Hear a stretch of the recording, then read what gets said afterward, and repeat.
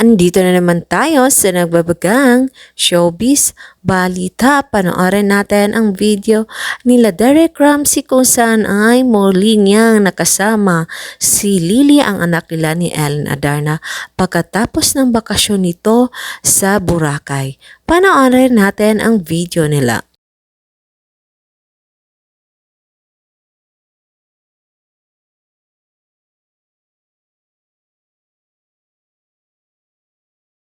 Nag-upload si Derek Ramsey sa kanyang IG story kung saan ibinahagi niya sa kanyang mga fans ang mga naganap sa kanyang buhay.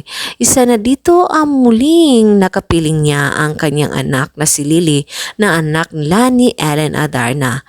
Galing kasi itong nagbakasyon sa Boracay kasama ang kanyang mama Ellen at ang kapatid nitong si Elias na nag-celebrate ng birthday doon kasama sina John Lloyd Cruz, mga kaibigan ni Ellen at asawa ni John Lloyd. Masaya nga ang makikita sa video na naglalaro si Derek sa kanyang anak na si Lily. Panoorin natin ang kabuuan na nasabing video nila at huwag kalimutang maglagay ng iyong komento sa video na ito.